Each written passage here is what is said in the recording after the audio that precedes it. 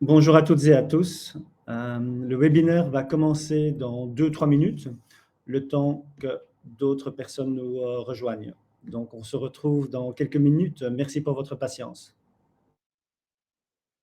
Bonjour à tous.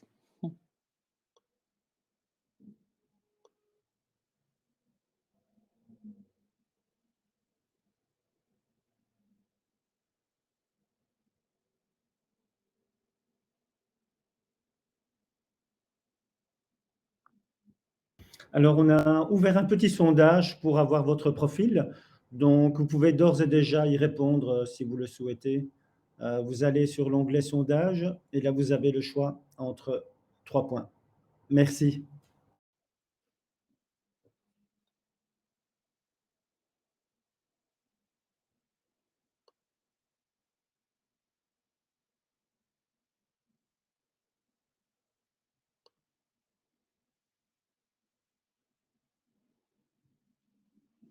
Ça se connecte, ça fait plaisir. Bonjour à tous, bonjour à ceux qui nous rejoignent.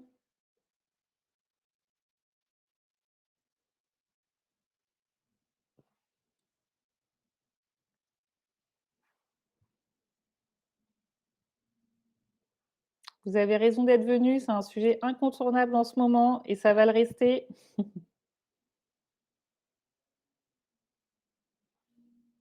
Exactement, surtout dans le contexte actuel qui n'arrête pas d'évoluer.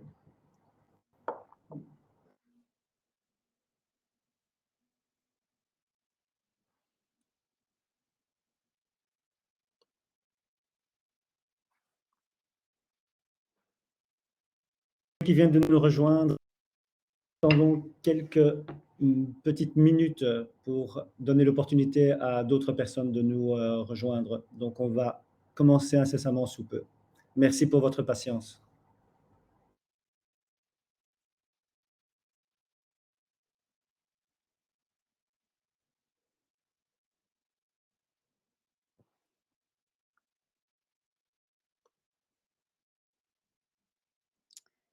Super, merci à ceux qui viennent de nous rejoindre. On va pas tarder à commencer.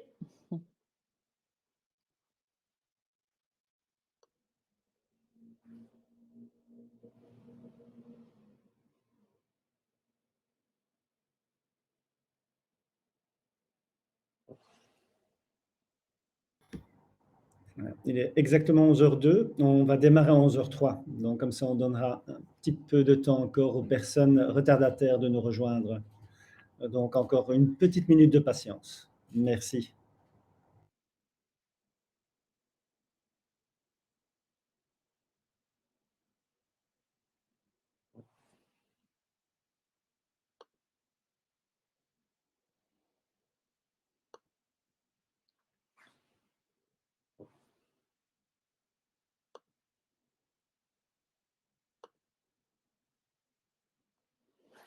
Bonjour Vanessa, bonjour Isabelle qui nous ont mis un petit message dans le chat. N'hésitez pas, hein.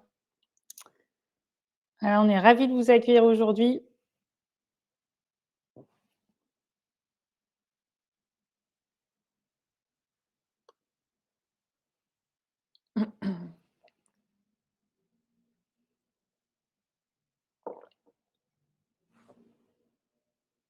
Eh bien, il est 11h03. Nous allons démarrer.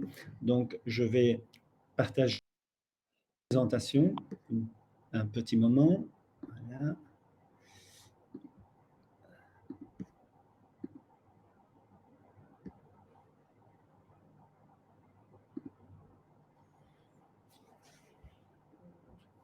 Voilà, normalement, vous devriez tous voir la présentation. Voilà, donc le sujet du jour est le processus de vente. Évoluons-nous vers un monde hybride? Donc, comment adapter et adopter vos forces de vente pour répondre aux tendances actuelles des acheteurs, de vos clients dans le secteur B2B? Alors, avant de démarrer, vous aurez l'occasion de poser vos questions dans le chat, donc n'hésitez pas de les poser dans le chat. Nous y répondrons à la fin du webinaire. Donc, nous avons 45 minutes de webinaire et donc nous bloquerons à peu près une dizaine de minutes pour répondre à vos questions. Donc, n'hésitez pas. Donc, pour les personnes qui viennent d'arriver, il y a un sondage. Donc, vous avez un choix. Si vous voulez bien y répondre, pour nous, ça nous aide à mieux connaître les personnes présentes au webinaire. Donc, n'hésitez pas donc à poser vos questions. Merci beaucoup. Alors, aujourd'hui, les speakers du jour, je vais laisser l'occasion à Delphine de se présenter. Merci beaucoup, Mo. Bonjour à tous. Donc, je suis Delphine Borner, je suis directrice générale et cofondatrice de Bancast. Bancast, c'est un acteur de la transformation commerciale.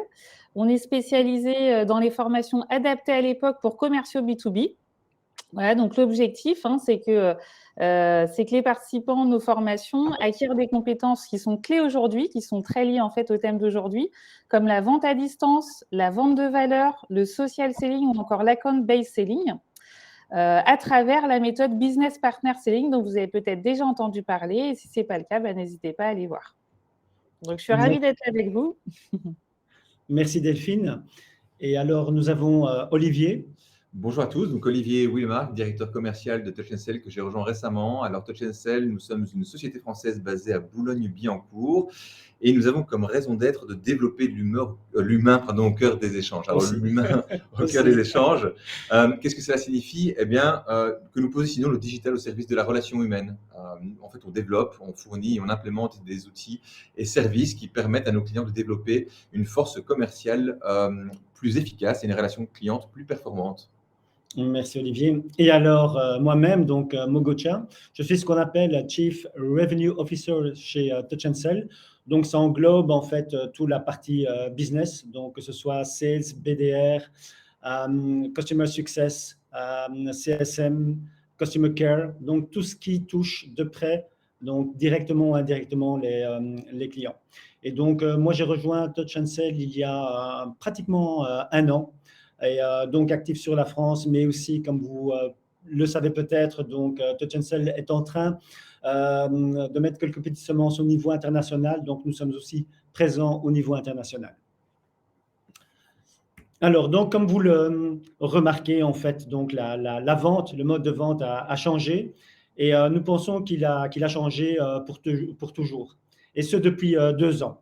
Donc cette évolution, forcée par le contexte actuel des choses, donne l'opportunité aux commerciaux de s'adapter à cette vente hybride. Comment toucher le client d'une façon en personne ou en remote. Et là, quand nous discutons avec certains clients, eh bien, d'avoir cet échange en remote et cet échange quand on peut en personne. Donc, ils sont habitués aujourd'hui à avoir des réunions via Zoom, Meet ou Teams ou autres. Ils se sentent confortables. Et pour cette raison, comment adapter vos forces de vente à ce monde hybride? Alors, c'est clair qu'aujourd'hui, on n'a plus besoin de prendre sa voiture, l'avion ou le train pour chaque rendez-vous. On peut accomplir en fait pas mal de choses, moi, à distance, du bureau ou plus récemment, beaucoup d'entre vous ont créé ce qu'on appelle un home office, d'où vous pouvez travailler aussi bien que face à face avec vos clients. Je vous rejoins effectivement. Donc, le Covid, finalement, c'est un accélérateur du digital. Mais on ne reviendra pas à la situation d'avant. En fait, ça ne changera pas même après. Il n'y a pas de retour en arrière possible. Donc, c'est important de prendre ce tournant et que les entreprises, elles prennent conscience qu'il faut prendre ce tournant, faire prendre ce tournant à ces équipes pour une question aussi de rester périn. Pourquoi? Parce que effectivement, vous l'avez cité, c'est les attentes des clients qui ont changé. Donc souvent, les équipes commerciales, elles se mettent des propres barrières. Elles disent non, mais les clients, ils préfèrent qu'on se voit en vrai. Et pas toujours, en fait. Eux aussi sont en télétravail. Ça peut être plus simple à organiser pour eux, par exemple, de faire un rendez-vous en visio par rapport à en présentiel, où ils rassemblent plus facilement les bonnes personnes aussi chez eux. Quelque part, ils peuvent percevoir ça comme moins engageant. Et ils sont de plus en plus habitués, en fait. Oui, exactement. Et quand Delphine, tu parles d'un face-à-face via remote avec les personnes au moment que l'on souhaite, on voit aussi que désormais, on peut discuter avec des personnes qui sont ici en France, qui sont en Espagne, qui sont aux États-Unis, qui sont en Roumanie, et les avoir tous autour de la table en remote. Et ça permet en fait d'avoir une discussion non pas avec 3 ou 4 personnes en face à face, mais d'avoir une discussion avec une quinzaine, une vingtaine de personnes directement autour d'un échange via l'écran. Et c'est ce qu'on remarque de plus en plus aujourd'hui. Et ça aussi, c'est un vrai tournant, hein. C'est-à-dire qu'avant, les décisions étaient prises un peu de façon dictatoriale. Il y en avait une personne qui décidait avec un fort pouvoir de décision. Aujourd'hui, c'est beaucoup plus horizontal. Donc, c'est vrai que c'est non négligeable, cette opportunité de pouvoir rencontrer plus d'interlocuteurs, de ne pas rester isolé avec une seule personne, puisque ça double les chances, en fait, de faire du business ensemble. Et en parlant d'opportunités, donc c'est aussi des gains de productivité, puisque de rentrer dans une maintenant pour faire 4 et avoir le temps aussi pour le fameux suivi. Donc, si on prend un exemple à industrie comparée, par exemple, Mano Mano et La Redoute sur les secteurs du e-commerce, Mano Mano est 3 fois plus productif avec le même nombre de collaborateurs grâce à son habilité avec le digital. Et ce qui lui permet du coup de continuer à embaucher, de continuer à se développer. Donc, il y a aussi cet enjeu de productivité qui est non négligeable. Oui, et en fait, donc, quand on parlait d'adaptation des forces commerciales, et donc il faut le faire et le faire rapidement. Mais la bonne nouvelle, c'est quelque chose qui s'apprend. Donc, on peut former les commerciaux à cette vente hybride. Donc, ils étaient déjà très actifs au niveau face-to-face. Là, maintenant, il doit y avoir une formation, un accompagnement, un coaching de ces forces de vente pour apprendre la vente via l'écran, en fait. Alors, je vous rejoins, hein. Je pense qu'il faut aussi tenir compte du fait que les gens aiment la connexion humaine. On l'a vu ces derniers mois. Il y a pas mal d'événements qui ont repris, de plus en plus de réunions en face à face. Donc, cette connexion humaine, on ne va pas pouvoir s'en passer. Mais je pense qu'il y a enfin voilà, les gens ont vu, enfin les acheteurs ont surtout vu une façon de faire différente, hein. Ils ont fait des affaires avec un certain succès, avec une certaine efficacité pendant la période Covid. Et donc, ça va être aux commerciaux en fait de les écouter, de répondre via le canal du choix de l'acheteur en s'adaptant à celui-ci. Et moi, ce que je remarque aussi parmi nos forces de vente, c'est que souvent, on fait les premiers rendez-vous, hein, ce qu'on appelle les R1, les Discovery Meetings en remote, pour bien en fait qualifier l'échange avec le client. Et c'est positif des deux côtés, hein, parce que pour nous, pour nos forces de vente, cela permet de qualifier ou non et évoluer ou pas avec ce prospect.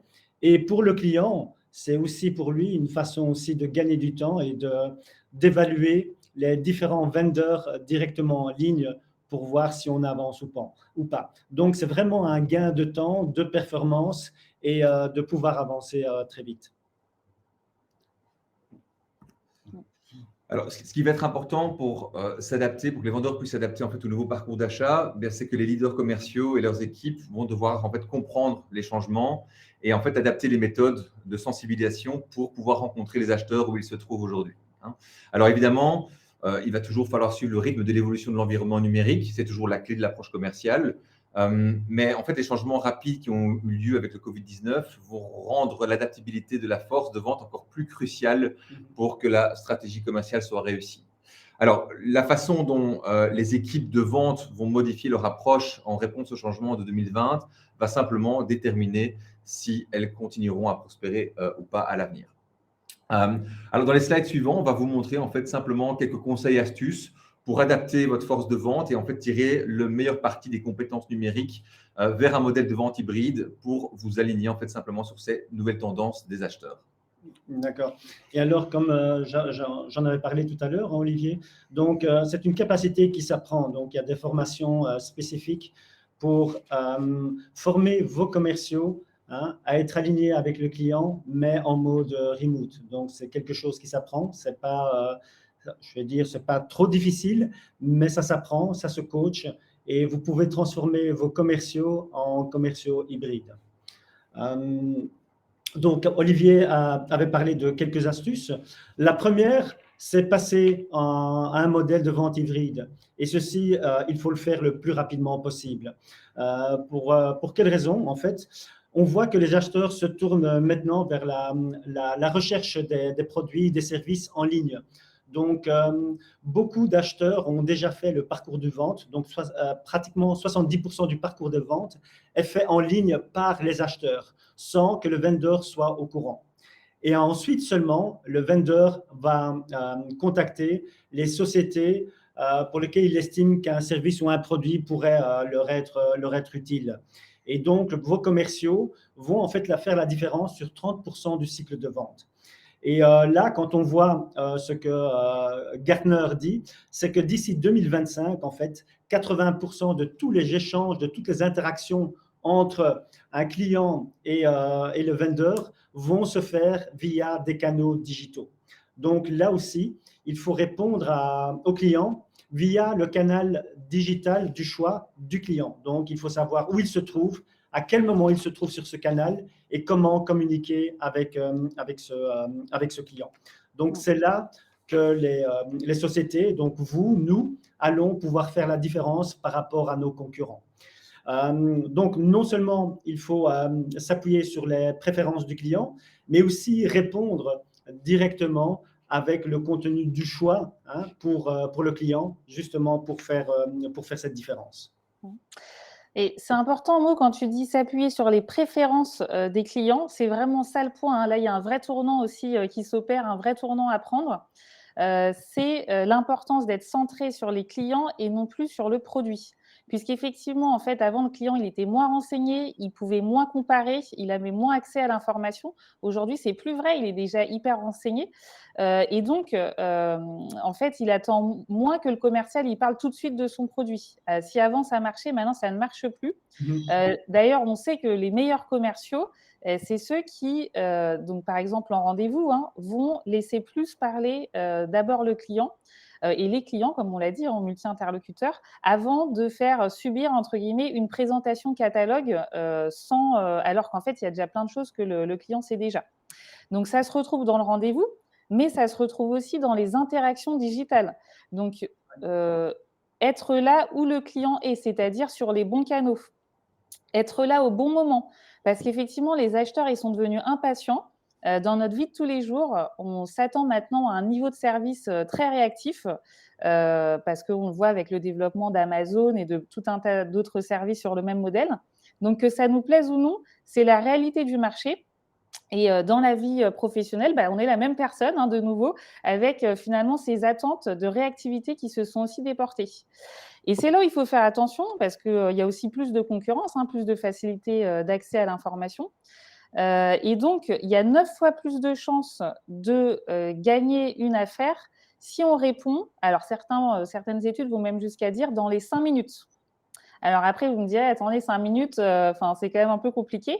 Alors là, ce qui peut être intéressant, c'est d'automatiser en fait la première réponse, même si on ne va pas tout de suite faire un rendez-vous dans les 5 minutes. De toute façon, il faut d'abord une phase de qualification. Ça peut être intéressant d'automatiser. Gartner, donc, que tu cites dans ce sens-là, explique que depuis mi-mars 2020, le trafic des acheteurs sur les réseaux de sites a augmenté jusqu'à 60% le week-end. Donc, comment on fait pour récupérer en fait ces leads? Donc, c'est là où c'est intéressant de se poser la question aussi de comment automatiser et ensuite être pertinent dans les réponses et le format aussi des réponses qu'on apporte. Alors, Delphine, tu as parlé d'un point important et je sais, ça nous tient à cœur, c'est la partie contenu. Donc, ce qui va être important en fait pour les commerciaux, c'est de mettre à leur disposition du contenu qui est impactant. Impactant comment? Eh bien, une solution de Sales Growth Enablement va permettre en fait aux équipes marketing de mesurer l'impact de tout le contenu qu'ils vont partager avec leurs commerciaux dans un cycle de vente. Quand je parle de commerciaux, c'est les acheteurs également, pour justement permettre d'adapter la stratégie content de l'entreprise pour répondre en fait au mieux aux attentes des acheteurs et des vendeurs, bien entendu. Et moi, je vais rebondir sur ce que disait Delphine il y a un moment. Donc, au niveau l'important, c'est d'être customer-centric. On a de customer obsession et de pouvoir répondre aussi, comme disait Delphine, dans les 5 minutes, peut-être pas, mais de pouvoir répondre le plus rapidement aux clients, toujours dans cette façon hybride, puisqu'on remarque qu'il y a de plus en plus de nos clients qui vont sur les sites le week-end, et bien de pouvoir répondre rapidement par rapport à l'urgence et par rapport à l'importance du client. Donc, comme on dit, il faut être directement sur le ballon, hein. J'utilise un terme footballistique, mais au plus rapide on est proche du client, au plus on a des chances de pouvoir convertir les projets en deal signés. Et donc là maintenant, Olivier va vous parler d'un second type. Alors, c'est clair que comme on l'a vu, hein, les acheteurs donc, se tournent vers des environnements de travail hybrides et vont commencer à utiliser de plus en plus, et ils le font déjà en fait, des canaux numériques pour explorer les solutions et en fait trouver des informations sur les produits. Là, typiquement, je pense à des solutions comme G2. Hein, vous allez sur le site internet G2, vous cherchez une solution pour vos équipes commerciales, vous allez trouver toutes les solutions du marché disponibles avec les informations concurrentielles. Vous allez pouvoir comparer les solutions entre eux. Vous allez avoir les informations de pricing, des démos, etc. Donc, vos acheteurs sont hyper informés. C'est ce que disait Mo tout à l'heure. Ils connaissent déjà 70% du contenu vos vendeurs. Et là, typiquement, votre équipe de vente en fait, doit disposer des compétences et du contenu et des ressources pour atteindre ces objectifs et pour répondre à ces 30% qu'ont besoin les acheteurs pour se permettre de différencier de la concurrence. Alors, les responsables commerciaux, comment ils doivent former leurs équipes à vendre via ces nouveaux canaux numériques et en fait, ils doivent s'adapter de manière dynamique au changement de ces environnements d'achat. Alors, on a deux compétences numériques qui sont très importantes pour cela. Et la première, c'est la vente hybride et la seconde via donc, les canaux sociaux. Et le second, pardon, c'est la distribution de contenu. Et tout à fait. Alors, je peux rebondir sur la vente sociale. Si vous avez des questions, n'hésitez pas à les poser dans le chat. Hein. Si vous êtes d'accord, pas d'accord, si vous avez des questions, besoin de précision, on y répondra à la fin de ce webinaire. Donc, effectivement, il y a une compétence qui est hyper importante, qui est incontournable, c'est notamment la vente sociale. Donc, il y a une utilisation croissante des médias sociaux par les clients et par les professionnels de la vente. Donc, par vos clients, vos prospects, puis par les concurrents aussi, il ne faut pas se leurrer. Donc, maintenant, la vente sociale, elle fait partie intégrante du processus de vente et dans toutes les étapes du cycle de vente. Donc, par exemple, pour aller chercher de l'information dans les deux sens, hein, que ce soit les commerciaux vers les clients ou les clients vers les commerciaux. Donc, les commerciaux aller chercher de l'info pour faire un bon ciblage, pour se renseigner sur la société, sur son champion, hein, sur la personne qui pourra défendre la solution au sein de la société, mais aussi sur le fameux comité d'évaluation, donc les autres personnes influenceurs. Ça va servir aussi pour convaincre dans les phases d'évangélisation. Ça va permettre aussi d'apporter en crédibilité, de nurturer, de rester à l'esprit en fait des personnes qu'on a envie de convaincre, de closer et même après dans les phases de fidélisation. Donc finalement, si on découpe un petit peu les compétences indispensables, hein, la première, c'est le multicanaux. Gartner le dit dans son étude, l'envoi de 2 ou 3 messages en même temps sur différents canaux, ça peut augmenter la probabilité de taux de réponse jusqu'à 14%. Voilà, c'est normal puisqu'en moyenne, il faut savoir qu'il faut 6 à 8 points de contact, donc contact, marketing, sales, hein, tout confondu, pour obtenir un rendez-vous. Donc, on ne va pas le faire en monocontact. Et donc, si on voit là, la courbe, hein, le petit graphique de Gartner, effectivement, les commerciaux, ils sont très habitués au mail, par exemple, mais ils utilisent beaucoup moins les autres canaux.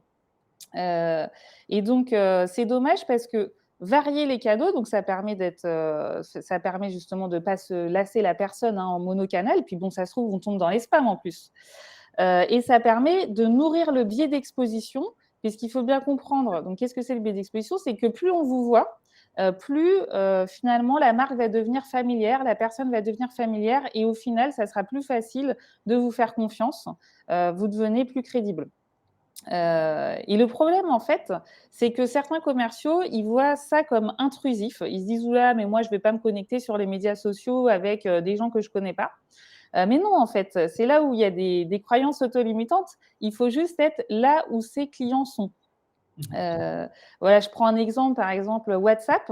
Alors, c'est pas le cas, les clients ne sont pas forcément tous sur WhatsApp, mais du coup, il faut quand même se poser la question. Des fois, en formation, ils se rendent compte que certaines personnes du comité d'évaluation sont sur WhatsApp, que c'est plus pertinent aussi d'échanger sur WhatsApp, donc WhatsApp qui est beaucoup plus développé donc déjà à l'international hein, pour le business et qui arrive aussi en France. Ils se rendent compte, ah bah oui, en fait, c'était pertinent. Voilà, donc c'est important de varier les canaux. Oui, Delphine, moi, si je peux rebondir là-dessus, on parle de WhatsApp. Donc, moi, ce que je remarque par rapport à l'évolution et à l'utilisation de WhatsApp au niveau business, on le voit moins dans les pays ici en Europe. Par contre, au niveau MENA, Middle East, North Africa, c'est un outil qui est utilisé tous les jours pour communiquer au niveau du business. Donc, WhatsApp et Facebook. Et LinkedIn, par contre, on ne le voit pas énormément dans ces pays-là. Et là, on remarque donc que WhatsApp arrive en France, donc il arrive en Europe. Donc, ce sera un canal d'utilisation et de communication avec le business qui sera de plus en plus utilisé. Ouais. Et tout à fait. Et là, c'est là que tu soulèves un point important aussi de s'adapter au pays. Donc, LinkedIn en France, c'est un très gros marché. Pour LinkedIn, la France, c'est le 5e marché mondial. Donc, il y a plus de 2 tiers des actifs du secteur privé qui ont un compte sur LinkedIn. Et du coup, encore une fois, il faut quand même se poser la question de est-ce que mes personas sont sur LinkedIn? Mais du coup, ça vaut le coup de se poser la question quand on connaît ces chiffres. Et aujourd'hui, c'est plus juste le département pub, communication, un petit bruit, qui fait de la pub pour ces solutions. C'est aussi le commercial qui est devenu le commercial ambassadeur. C'est-à-dire c'est un nouveau terrain en fait pour le commercial et c'est important de l'occuper. Donc certaines entreprises sous-estiment la puissance de LinkedIn et c'est là où je vous invite à vous poser la question, est-ce qu'on est bien sur LinkedIn, sachant que ça influence à toutes les étapes du cycle de vente. Voilà, donc je vous invite à vous poser la question. Oui, et je reprends aussi un chiffre de Gartner qui dit qu'en fait, que l'envoi de 2 ou 3 messages en même temps sur différents canaux peut augmenter la probabilité du taux de réponse jusqu'à 14%. Donc, c'est aussi un point intéressant. Donc, Olivier avait parlé donc, de 2 compétences numériques les plus importantes. La première, c'était la vente sociale, donc dans ce monde hybride. Et la seconde, c'est la distribution du contenu. Donc, au niveau de cette diffusion du contenu, en fait, dès que vous avez attiré l'attention de votre acheteur, il faut fournir plutôt à votre équipe de vente, à votre équipe commerciale, le contenu qui pourra être utilisé sur ces divers canaux. Donc, cette préparation permettra à votre équipe d'atteindre les acheteurs avec les bonnes informations sur le bon canal, exactement au bon moment et quand votre acheteur en a besoin. Donc, at the right place, at the right time, with the right product. Donc, c'est un peu ça. Et en fait, ce contenu pertinent et de haute qualité augmentera non seulement l'efficacité de vente, mais il va différencier également votre produit ou service par rapport à vos concurrents. Il va aider les prospects à se familiariser avec votre marque, votre produit, et il va leur permettre aussi de prendre plus facilement une décision. Comme je vous avais dit tout à l'heure, donc 70% du cycle de vente est fait en amont. Donc, les 30% qui restent, c'est la différence d'information et d'échange que votre commercial va apporter dans ce monde hybride. Et alors, votre département de vente, donc les commerciaux, doivent aussi personnaliser le contenu à l'aide d'une combinaison de personas et d'informations verticales par rapport au métier de votre acheteur. La personnalisation est un élément très important de la sensibilisation de l'engagement dans ce modèle hybride, car elle peut doubler le taux de réponse selon Gartner. Et effectivement, quand tu dis mot adapté à la personne, donc en moyenne, en vente B2B, il y a 4 services qui influencent de près ou de loin la décision de collaboration. Et du coup, c'est là où c'est important donc d'utiliser plusieurs canaux, mais aussi donc d'utiliser le bon contenu, comme tu dis, pour la bonne personne, parce que c'est pas parce que c'est la même entreprise que tout le monde au sein de cette entreprise, tous ceux qui vont participer à la décision de près ou de loin, ont les mêmes intérêts en fait à travailler avec vous. Et c'est là où c'est important à faire ce travail de quel est le contenu ou quels sont les points de valeur, en tout cas, que je vais pouvoir apporter à chacun des membres du comité d'évaluation pour faire de la vente de valeur centrée sur le client et vraiment apporter quelque chose qui va les convaincre au final de travailler, en fait, ce compte-là, de travailler avec mon compte à moi, de faire travailler un compte avec un compte. Et donc aussi, dans ce monde hybride, ce qui va jouer et qui va avoir un rôle de plus en plus important, et on le remarque déjà au moment où je vous parle, c'est l'importance de l'intelligence artificielle dans les échanges. Oui, tout à fait, hein. Donc, c'est là où on assiste quand même à une belle évolution du métier. Il faut être optimiste aussi avec ces évolutions, puisqu'un commercial moderne, c'est quelqu'un qui maîtrise les méthodes en distanciel et en présentiel, hein, qui sait combiner les deux au bon moment. C'est le thème, hein, la vente hybride. Et pour ça, il va s'appuyer sur des outils. Donc, on a d'un côté les clients qui cèdent du digital pour mieux acheter, on l'a vu. Et de l'autre côté, bah, le commercial, lui aussi, hein, il doit s'appuyer sur la technologie pour être plus pertinent. C'est-à-dire que chaque contact doit être réfléchi et stratégique. Donc finalement, c'est un métier qui se complexifie, mais dans le bon sens du terme, on va pouvoir, grâce aux outils, détecter déjà des bons signaux, hein, des bons signaux pour mettre son énergie au bon endroit et pouvoir se concentrer sur la vente de valeur et aller plus loin en se positionnant comme véritable business partner. Vous avez déjà peut-être entendu ce terme, donc en véritable partenaire. C'est centré sur et les outils permettent ça, mais donc les outils permettent aussi de gagner du temps pour aller plus loin, pour apporter plus de valeur ajoutée et créer en fait, des solutions, des projets qui soient gagnantes-gagnantes pour les 2 entreprises.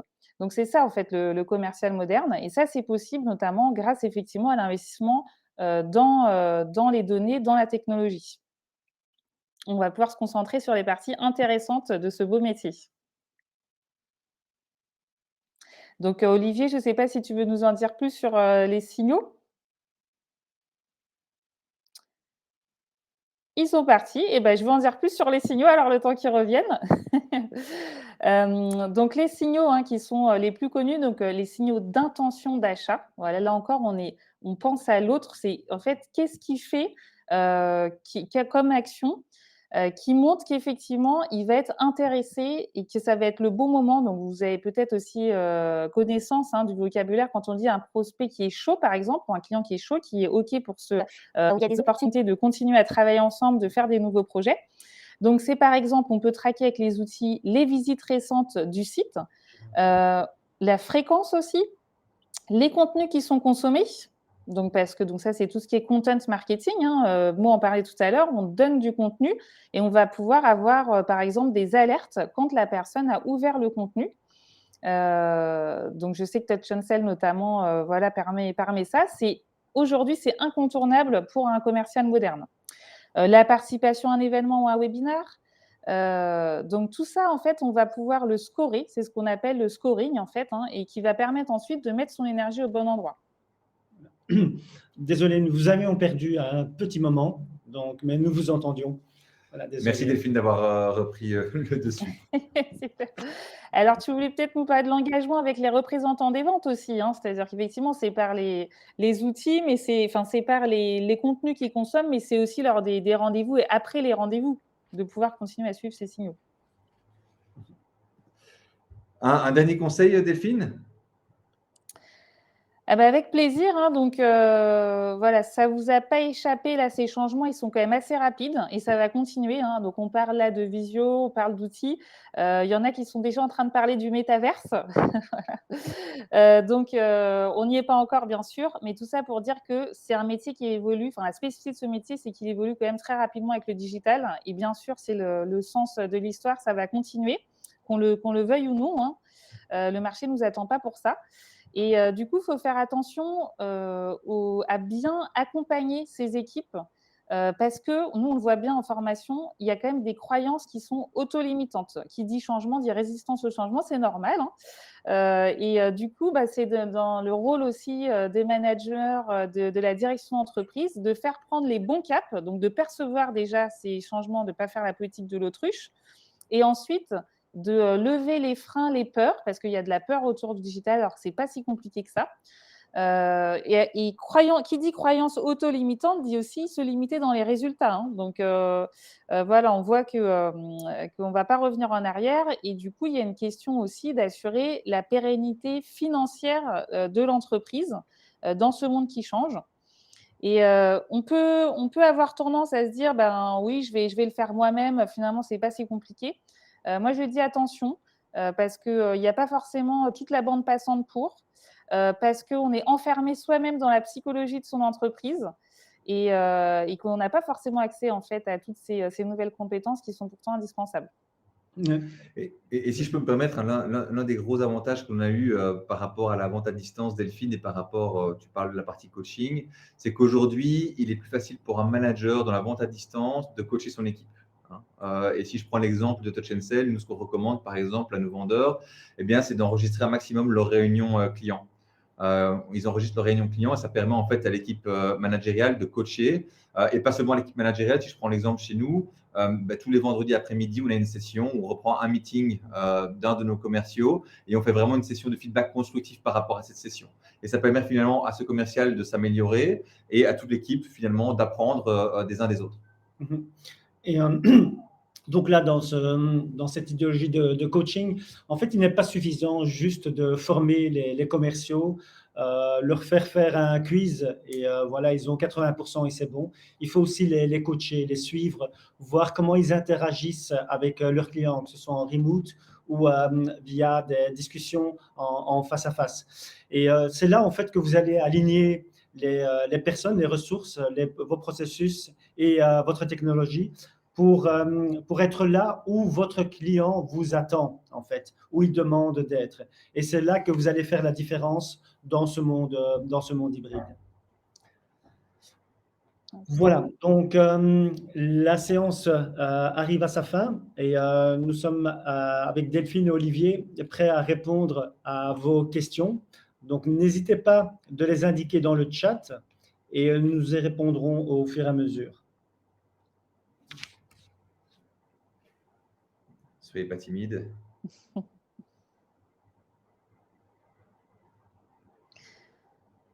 Donc voilà, pendant que vous réfléchissez à vos questions, hein, donc bien sûr, on reste disponible. On sera ravis d'échanger avec vous aussi. Vous pouvez nous contacter par LinkedIn, vous pouvez nous contacter via le site. Oui, nous avons une première question. Super. D'après vous, quel intitulé de poste, signature peut-on donner dorénavant à un commercial? Sortir des intitulés anciens, type sales, exécutif, technico-commercial. Donc, quel genre d'intitulé de poste pourrions-nous positionner par rapport à ces nouveaux commerciaux? Des idées, Olivier, Delphine? C'est une très bonne question, en fait. Oui, c'est une très bonne question parce qu'on voit plein de nouveaux termes qui apparaissent. Et j'ai envie de dire, ça dépend aussi de la segmentation que vous voulez donner, enfin de l'organisation que vous voulez donner à votre équipe.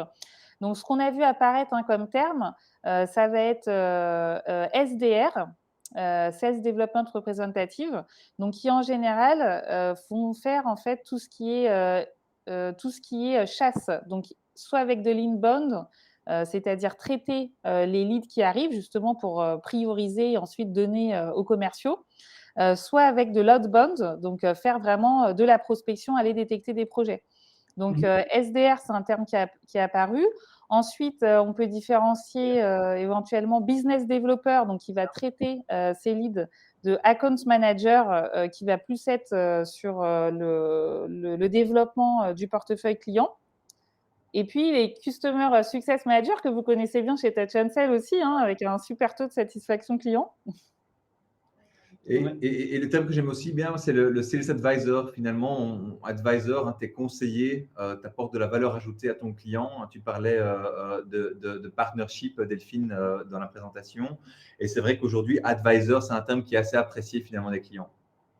Oui, tu as tout à fait raison. D'ailleurs, oui, Trust Advisor, en fait, hein, ça, c'est génial. C'est quand le client, on a réussi à établir une relation tellement de confiance que de toute façon, pour lui, on est son conseiller de confiance et il va faire appel à nous, même pour des sujets un peu annexes. Et là, c'est génial comme relation. Nous, on aime beaucoup aussi business partner, hein, vous le savez. Et d'ailleurs, on le voit commencer à apparaître de manière toute nouvelle parce que c'est ça le sens aussi de l'histoire du métier, c'est d'être centré sur le client, bien sûr, mais dans une relation équilibrée. Donc, on va créer du business ensemble. On va apporter des belles choses pour ces deux entreprises, en fait. Exact. Et alors, nous avons une autre question de Julien D. Bonjour, je pense qu'un commercial ne peut pas être hybride dans tous les secteurs d'activité. Par exemple, en négoce B2B, le client demande une présence terrain, il souhaite un accompagnement humain, mais surtout technique. Donc là aussi, je suis d'accord, hein. Donc dans certains métiers, on ne peut pas, on ne peut pas avoir cette vente hybride parce qu'on a besoin d'un face-à-face, hein, pour pouvoir expliquer certaines choses qui sont très techniques, mais qui doivent être visuelles en face-à-face. Il y a parfois, comme l'indique Julien, donc en négoce, oui, donc le besoin d'être présent et pas à distance instaure aussi un taux de confiance qui est beaucoup plus important que de le faire à distance, hein, puisque, et c'est notre credo aussi, hein, donc c'est remettre l'humain au centre des échanges. Donc l'humain va toujours jouer un rôle super important qui est la confiance. Et la confiance, et là on la sent quand on est face à face à la personne. C'est difficile de pouvoir directement instaurer une confiance via un écran. Donc, je ne sais pas ce que vous en pensez, Delphine et Olivier. Alors, moi, je pense qu'effectivement, on ne peut pas tout remplacer dans le cycle de vente par de la distance. Maintenant, attention, parce que encore une fois, les croyances autolimitantes, il y a, certes, c'est intéressant en fait de garder certains points de contact déjà par rapport à ce métier. Donc, quand il y a des démonstrations techniques à faire, et quoique, avec la technologie, on peut maintenant, même en 3D, montrer des choses. Donc, attention aussi à ça. Mais pourquoi pas de temps en temps faire un déjeuner, par exemple, avec ses clients, voilà, aussi parler un peu d'autres choses, s'intéresser encore une fois à ses enjeux, à ses priorités, à comment il va. Voilà. Mais la confiance, nous et moi, je pense qu'on est convaincus en fait que c'est possible de l'instaurer à distance aussi, et au contraire qu'on peut avoir plus d'occasions, du coup, comme on a plus de temps, en multipliant les canaux, en multipliant les occasions, en multipliant les interlocuteurs au sein de l'entreprise, de devenir davantage quelqu'un de confiance. Donc, il faut faire attention. Je ne dis pas que c'est le cas, hein, mais c'est ce qu'on observe nous parfois, à ne pas compenser le manque de méthode par se dire il faut absolument que je voie la personne parce que de toute façon, il n'y a que comme ça que je peux instaurer de la confiance. Voilà. Après, c'est aussi une qualité de vie, hein, de rencontrer en vrai les personnes. Donc, je pense que c'est vraiment le sujet d'aujourd'hui, c'est être hybride et en soyant attentif à ce que veut le client, parce que c'est aussi lui qui décide, hein, qu'est-ce qu'il préfère, et aussi à se demander, en fonction des catégories de clients, en fonction des métiers, quand est-ce que je peux faire l'un, quand est-ce que je peux faire l'autre, en fonction du niveau de priorité aussi de qualification. Voilà mon point. C'est ça. Et moi, je le vois aussi qu'il y a deux façons de travailler. Donc, dans cette méthode hybride, comme on disait tout à l'heure, il faut qualifier le prospect, le client, et donc vaut mieux le faire en remote, hein, aujourd'hui, comme on a cette opportunité et ça rentre un petit peu dans les mœurs. Et puis, dans une deuxième phase, être en face à face. Donc, et être en face du client via le canal de son choix à lui. Et de l'autre côté, donc on va dire de notre côté, nous en tant que vendor, l'évolution dans le cycle de vente va évoluer par rapport aux personnes. Vous avez, comme l'avait dit Delphine tout à l'heure, un SDR ou un BDR qui va ouvrir le contact, donc avoir les premières relations avec le client d'une façon en remote. Dans un deuxième temps, quand le client est intéressé et qu'il faut avoir une interaction directe avec lui, et à un niveau Trusted Advisor, vous avez le compte exécutif qui va prendre en charge. Et là, toujours dans un monde hybride, hein, donc requalifié en remote et avoir un face-à-face, si possible, un peu plus loin dans la relation de vente. Et quand le deal, le contrat a été signé, il passe la main à un account manager ou un CSM, pardon, qui va pouvoir en fait instaurer cette confiance sur du long terme. Et c'est là qu'on va tabler sur le partenariat que nous avons. Moi, j'ai plutôt l'habitude d'appeler mes clients des partenaires parce que c'est une relation à long terme. Ce n'est pas un kill and go, c'est vraiment basé sur le partenariat à long terme. Et c'est là que les account managers et les CSM vont pouvoir bâtir cette relation. Et là aussi, ce sera toujours dans un monde hybride parce qu'un CSM ne pourra pas aller voir 200, 300 clients par an. Hein. C'est juste impossible, puisque pour chaque interaction, il faut la préparer. Il faut avoir les bonnes questions, avoir les bons interlocuteurs, etc. Donc, le monde hybride est là et il est là pour rester. Donc, ça, c'est mon point de vue. Voilà. D'autres questions? Oui, Julien M. Avec le développement du télétravail, y a-t-il une étude qui préconise des créneaux plus opportuns pour transmettre des emails ou prospecter?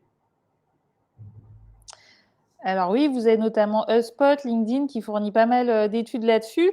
Ça dépend des postes aussi. Hein. Par exemple, tout ce qui est dirigeant, ils vont plus être amenés à répondre le matin très tôt ou le soir après 18 heures. Voilà, donc par exemple, mais c'est pas le cas pour d'autres postes qui vont plutôt répondre dans la journée. Il se dit aussi qu'il faut éviter le lundi et le mercredi. Voilà, qui sont des journées où il y a plus de congés, ou alors le lundi, donc tout le monde a ses priorités, donc c'est pas forcément le bon moment. Après, moi, mon conseil, ça serait dans tous les cas, grâce aux outils justement, de suivre le taux d'ouverture, de suivre le taux de réponse, de regarder pour votre marché et de pouvoir ensuite en tirer des conclusions et se concentrer sur les moments où ça a le mieux fonctionné. Bon, après, c'est un ensemble, hein, c'est le contenu, c'est le moment, mais… Oui. Et moi, je vais faire un lien vers un des slides que nous avons présenté, l'intelligence artificielle. Donc, en fait, avec toutes les données que vous pourrez récupérer au fur et à mesure des interactions multicanaux avec vos clients, l'IA sera capable de vous dire, eh bien, si vous targetez un CEO, eh bien, voilà sur quel canal et dans quelle tranche horaire ou date vous pouvez le contacter. Si vous targetez un CMO, voilà le canal de préférence et voilà les créneaux de préférence. Donc, ça existe. Hein, ce n'est pas quelque chose que nous venons d'inventer là maintenant. Mais ce sont des outils qui existent avec une intelligence artificielle liée à du machine learning qui va pouvoir vous donner quels sont les créneaux pour quel genre de profil et sur quel canal. Et My Two Cents, Julien, ce qui fonctionne bien également, si tu veux contacter des dirigeants d'entreprise, c'est le dimanche soir. Ils sont assez réactifs.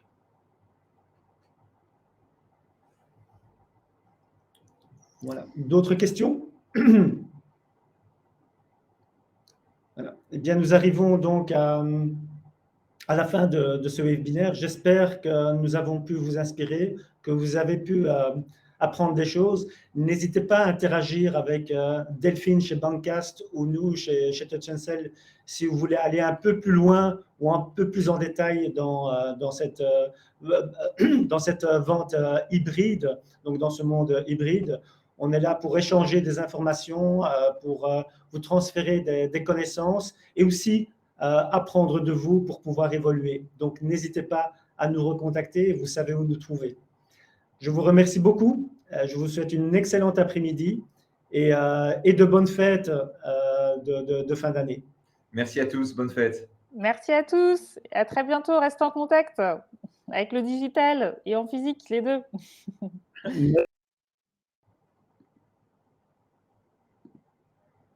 On a plein de petits